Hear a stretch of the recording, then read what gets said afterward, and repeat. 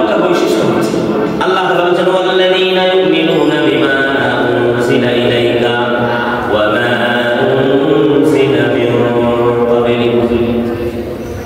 এই বৈশিষ্ট্যটা আল্লাহ তাআলা বলেন যে ইনারা হচ্ছেন তারা ইউমিনুনা বিমা উনজিলা ইলাইকা, নবী তোমার প্রতি যা অবতীর্ণ করা হয়েছে, নাযিল করা হয়েছে, তারা এর উপর ঈমান।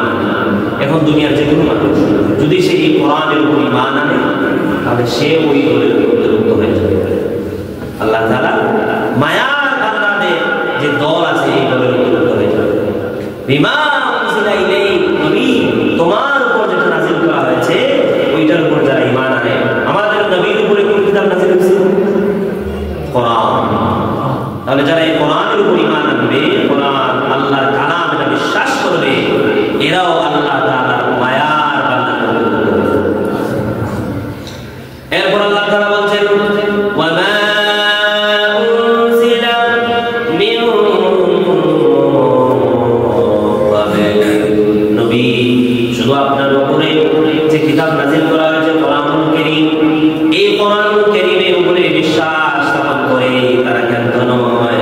তারা আপনার পূর্বে আরো যত নবী এবং রাসূল আমি পাঠিয়েছি তাদের উপরে যে কিতাবগুলি পাঠিয়েছিলাম তাদের কাছে, আপনার ওই নেক বান্দারা মুত্তাকিন বান্দাদের একটা বৈশিষ্ট্য হচ্ছে তারা আগের নবী রাসূলদের উপরে যে কিতাবগুলি নাযিল হয়েছিল তারা সবগুলি আসমানি কিতাবের উপরে ঈমান আনে। তাওরাত, জাবুর, ইনজিল, সুহুফ ইব্রাহিম, সুহুফ মূসা সহ নবী এবং রাসূলদের উপরে যত কিতাব এবং সহিফা ছোট ছোট কিতাব এগুলি নাযিল করা হয়েছিল ওইগুলির উপর আমরা ঈমান আনি। এখানে একটা গুরুত্বপূর্ণ বিষয় লক্ষ্য করুন, আল্লাহ তাআলা এখানে রাসূলকে বলেছেন আপনার উপরে যে কিতাব নাযিল হয়েছে মানে কোরআন, আপনার পূর্বে নবী রাসূলদের উপরে যে কিতাব নাযিল করা হয়েছিল তাওরাত, জবুর, ইনজিল ইত্যাদি ওগুলোর উপর তারা ঈমান আনে। আল্লাহ তাআলা এটা বলেন নাই মিন ক্বাবলিকা ওয়া মিন বা'দিকা, নবী আপনার পূর্বে এবং আপনার পরে, এটা আল্লাহ বলেন নাই। মিন বা'দিকা আপনার পরে যে কিতাব নাযিল হবে ওইটার উপর তারা ঈমান আনে, এটা আল্লাহ তাআলা বলেন নাই। তাহলে আমাদের দেশেও এরকম কিছু মানুষ আছে যারা মনে করে যে আল্লাহ তাআলা মুহাম্মদ সাল্লাল্লাহু আলাইহি ওয়াসাল্লামের পরেও নাকি তাদের উপরে আসমান থেকে কিতাব নাযিল করেন এবং তাদেরকে আল্লাহ তাআলা নাকি নবী হিসেবে মনোনীত করেন। জুড়ে বলুন নাউযুবিল্লাহ।